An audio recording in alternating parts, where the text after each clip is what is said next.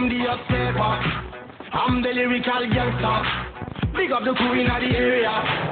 Still I get that.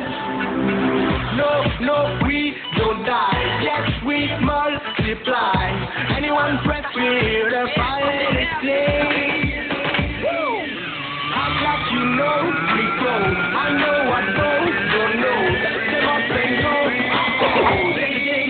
Here come the upstepper. I'm the lyrical gangster.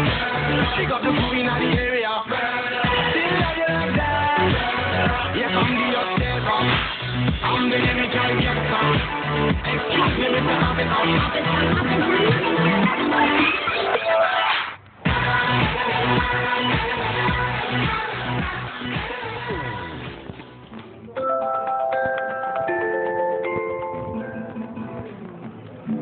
Ya, pemirsa Motivator, kita masih bersama dengan Ayah Edi. Ayo, Ayah, tadi videonya lucu sekali ya. Itu sebenarnya refleksi loh bahwa sebenarnya apa yang kita lakukan itu akan ditiru oleh anak-anak kita. Benar begitu, Ayah? Kira-kira seperti itu. Nah, kalau tadi di segmen sebelumnya kan Ayah sempat bilang bahwa sebenarnya hanya terjadi di Indonesia, budaya coret-coret. Lantas, kita jadi penasaran saya, apakah di luar negeri juga seperti itu, Ayah? Kalau dari informasi yang saya kumpulkan sih di luar negeri belum ada ya fenomena coret-coret seragam. Lantas mereka kalau lulus-lulusan seperti apa ya biasanya? Macam-macam ya, macam-macam. Ada yang kalau saya dengar di Jepang itu lulus-lulusan mereka mengumpulkan dana atau mengumpulkan barang-barang bekas, kemudian mereka buat acara gitu. Tapi itu relatif ya, tiap negara beda-beda. Cuma ada satu yang menarik nih waktu itu di Amerika ya. Ada seorang anak atau satu sekolah ya, pada saat dia lulusan itu justru menggelar pidato evaluasi pendidikan nasional. Bentuknya seperti apa itu ya? Nah, kebetulan saya bawa nih ya cuplikan. Ini cuplikannya, pidatonya sih panjang. Itu ada di website saya itu. Itu sampai kurang lebih 1 jam ya pidatonya. Tapi ada cuplikan yang saya ambil itu yang merupakan bagian penting. Nah, ini lulusan usia berapa nih? SMA. Oke. Ya SMA, namanya Erika Goldson ya. Jadi si Erika Goldson itu ceritanya lulus SMA, kemudian dia kebetulan ya, dia lulusan terbaik di sekolahnya. Tapi di sekolah itu kalau lulusan tidak seperti di kita gitu ya, coret-coretan baju, kemudian konvoi bermotor, teriak-teriak. Jadi geng motor sama anak sekolah lulus susah dibedakan ya? Iya, kira-kira seperti itu. Nah, kalau di sana ngumpul bareng kemudian baca pidato. Nah, pidatonya kira-kira seperti ini nih.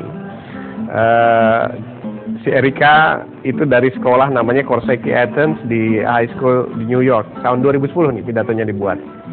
Dia bilang begini katanya, saya lulus.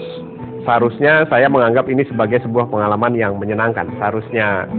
Terutama karena saya adalah lulusan terbaik di kelas saya. Namun setelah direnungkan, saya tidak bisa mengatakan kalau saya memang lebih pintar dibandingkan teman-teman saya. Gitu. Jadi dia bilang dia lulusan terbaik, tapi dia sadar bahwa ternyata saya itu nggak lebih pintar dari teman saya.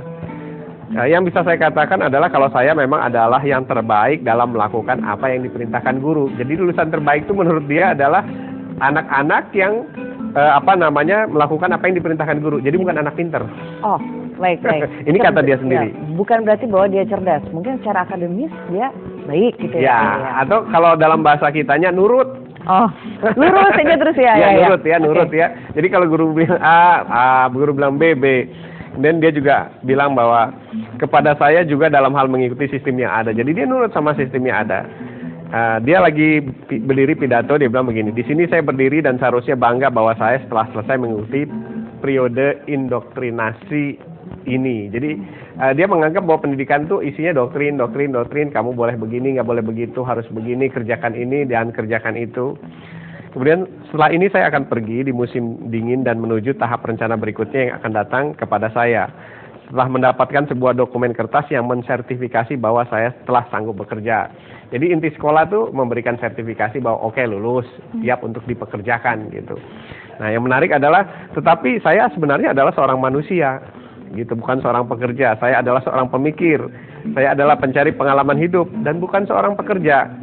Pekerja adalah orang yang terjebak dalam pengulangan hal-hal yang sama. Dia bilang seorang budak yang ada dalam sistem yang mengurung dirinya, mengerjakan itu lagi dan itu lagi. Jadi berulang-ulang, statis.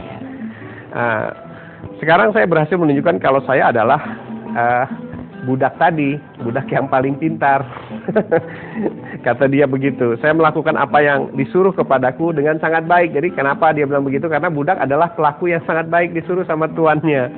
Nah, di saat orang lain duduk melamun di kelas dan kemudian menjadi seniman hebat, saya duduk di dalam kelas rajin membuat catatan, membuat PR, dan menjadi pengikut ujian yang paling hebat di antara mereka. Ajar sih gitu ya. Iya. Kemudian saat anak-anak lain masuk kelas lupa mengerjakan PR, mereka karena asik membaca, mengerjakan hobi-hobi mereka, saya sendiri malah tidak pernah lalai, selalu mengerjakan PR saya. Saat yang lain menciptakan musik dan lirik lagu, saya justru mengambil kertas SKS, walaupun saat itu belum dibutuhkan. Jadi dia udah ngerancang SKS-nya apa aja gitu. Nah, jadi saya penasaran apakah benar saya ini ingin menjadi lulusan terbaik. Ya, tentu saya pantas menerimanya karena saya telah melakukan kerja keras untuk mendapatkannya. Tapi apa yang saya terima nantinya saat saya meninggalkan institusi pendidikan, akankah saya menjadi sesukses dan sehebat teman-teman saya yang lain? Nah, itu jadi pertanyaan dan saya rasa tidak ada seorang pun yang menginginkan ya ayah ya, Iya. Anaknya akhirnya menjadi robot. Kalau seperti yang tadi dikatakan oleh Iya, Rika, itu artinya sebenarnya kita secara tidak sadar sebagai orang tua sering sekali mendoktrin anak-anak kita untuk berarah menjadi robot ya ayah ya. Ya, dan pidato ini dibuat dari pada tahun 2010 ya. Dan ini mengguncang dunia waktu itu, terutama mengguncang teman-temannya, mengguncang sekolahnya, mengguncang guru-gurunya. Nggak sangka gitu bahwa seorang anak lulusan terbaik bicara dan mengkritisi langsung tentang pendidikan yang ada di negaranya. Baik, nanti di segmen selanjutnya kita akan membahas bagaimana supaya kata-kata Erika ini tidak benar-benar terjadi ya ayah ya. Jadi